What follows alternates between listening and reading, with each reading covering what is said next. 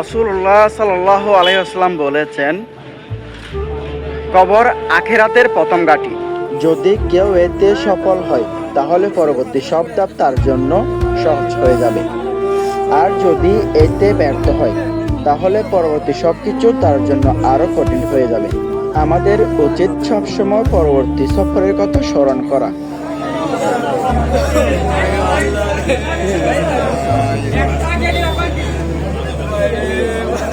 আকাশের দিকে তাকিয়ে থাকি, বাতাস কান্দে ফিসফিস করে।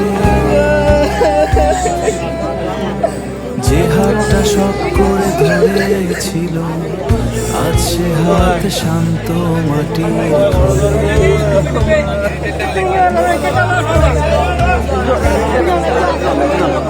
ঘরের কোণে বাবার হাসি, এখন শুধু ধোঁয়াশা স্মৃতি। এ কেমন বিদায় যেখানে নেই কোনো ফেরার আকুতি। চোখের জল শুকিয়ে যায় কিন্তু বুকের ক্ষত শুকায় না। বাবা ছাড়া ঘরটা যেন এক অচেনা অজানা ঠিকানা। ও পারে ভালো থেকো তুমি, যেখানে কষ্টের ছায়া পড়ে না। তোমাকে হারানোর এই বেদনা কোনোদিনও ফুরাবে না।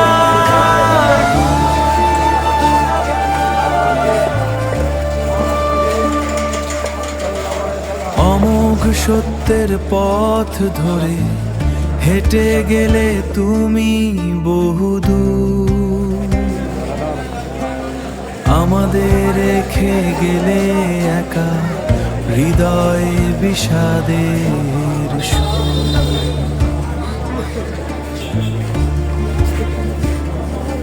কিন্তু বিশ্বাস হারাইনি, দেখা হবে আল্লাহর জান্নাতে। সেদিন আর অশ্রু থাকবে না আমাদের কারো চোখেতে।